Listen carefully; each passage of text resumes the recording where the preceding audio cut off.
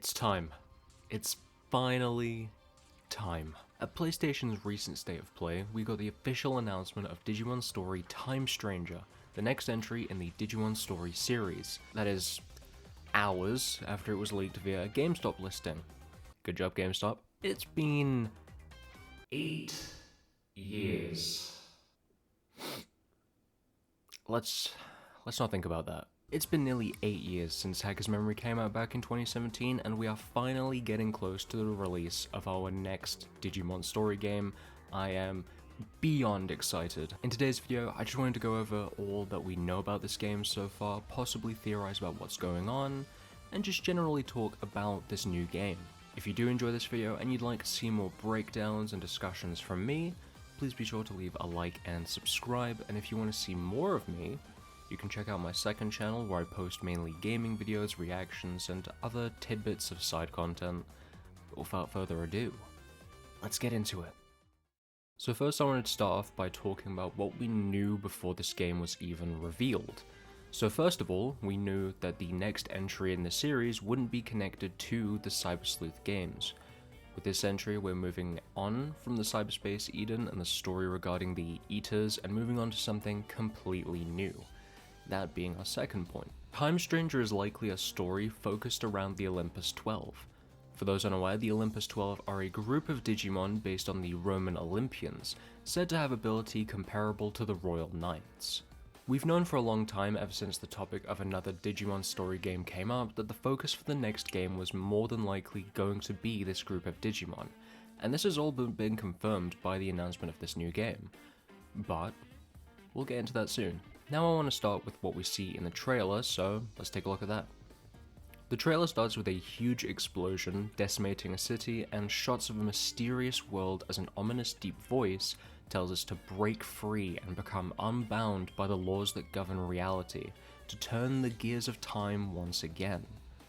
We then cut to shots of Japan in the real world as a woman's voice warns of an apocalypse looming over parallel worlds, and that we must team up with gods, heroes, and monsters of bygone eras, anomalies known as Digimon. And with that name drop, we get to see Agiomon. Now, Agiomon is one of our main confirmations that this game will focus on the Olympus 12. For those unaware, Agiomon is a Digimon that eventually can become Jupitermon, one of the Olympus 12. And judging by the shot in the trailer, Agiomon seems to be an actual character in the game, rather than just an obtainable Digimon for gameplay purposes. Now of course, the Olympus 12 showing up doesn't automatically mean they're important. Cyber Sleuth and Hacker's Memory also had some Digimon from the Olympus 12, such as Dianamon, Minervamon, and Neptunemon, but I think this is a pretty good case for it. We then get a bunch of rapid shots, a shot of a swarm of Kuwagamon invading Japan from a rift in the sky alongside an Okuamon, and then we see Titamon come crashing out of a portal. This is our next piece of evidence. Titamon is a Digimon born from the hatred of those defeated by the Olympus 12, Titamon being based on the Titans that were against the Roman Olympians. Whether Titamon will be the main villain or just one of the villains is still to be confirmed, but the fact that he's here and given this kind of shot makes me think that he is going to be important. I also assume that the voice from the beginning of the trailer belongs to him. We then get a shot of our male protagonist running around Shibuya before we get a shot of our male protagonist aiming a gun. I may be out of Digimon, but I ain't out of options. Now we can't really say what this gun is for at the moment. It could be anything right now. My personal guess is that it's either just a small weapon for the protagonist to defend themselves, or it could be their Digivice. It is unusual for a Digivice design, but I wouldn't put it past them. This also gives us our first glimpses at our protagonists, and I have to say, I'm a fan of the designs. They have a weird color palette, the white, minty green, and red. It's not a color palette I would expect from Digimon protagonists, but I think it makes them pop more. We then get some clips of our protagonist exploring the digital world. We see our female protagonist on the back of Garurumon dashing through some kind of watery surface with tall coral structures around her, as well as a clip of our male protagonist underwater on the back of a Waymon, surrounded by tons of oceanic Digimon. Now clearly we can ride Digimon. I'm gonna guess that we can't just ride any Digimon we have, and that we'll specifically get rideable Digimon over the course of the story, thus being Garurumon for land and Waymon for water as of right now. But who knows, maybe we can ride whatever we want. You can kind of compare this to the ride Pokemon from the Pokemon Sun and Moon games. We then get a shot of Blimpmon that seems to be making a crash landing, but we also see our female protagonist riding away from something on a Birdramon. First of all, the fire effects on Birdramon look pretty clean, love it, but also what is she getting away from? In the back we can see some kind of cylindrical gold object with a ball of energy coming from it, so it seems like something with a cannon is charging an attack. I've seen a lot of people assume that it's Jupitamon, specifically Jupitamon Wrath Mode, and looking back and forth from Jupitamon Wrath Mode's design and the trailer, I'm almost certain that yes, this is Jupitamon Wrath Mode, which really just goes to demonstrate the size factor in this game. Moving on, we see some attack animations from the Agumon line as the same woman's voice tells us that this is a story of a bond that transcends time. Finally leading us to the absolute most exciting part, being that it is slated for a 2025 release.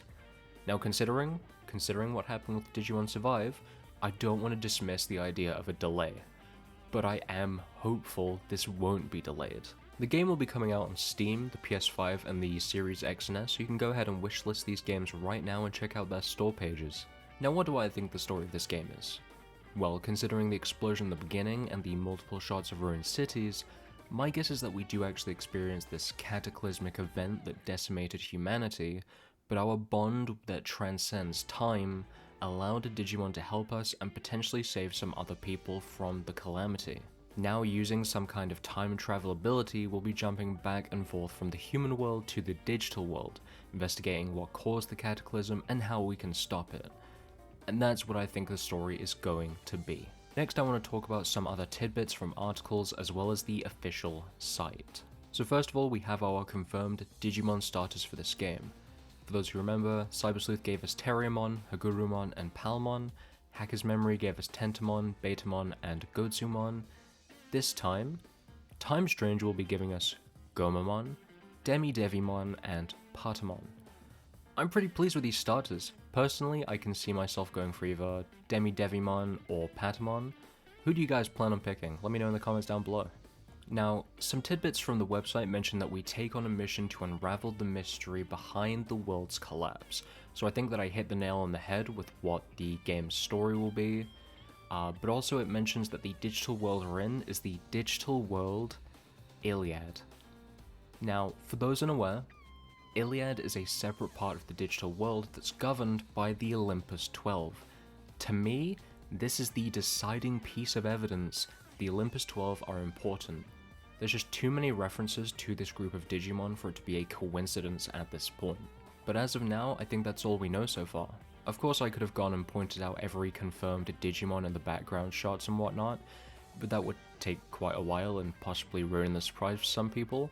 I'm thoroughly excited for this game. It's been so long since the last Digimon Story game, and I'm thrilled with finally seeing more of this title. I can't wait to see more information as this year goes by.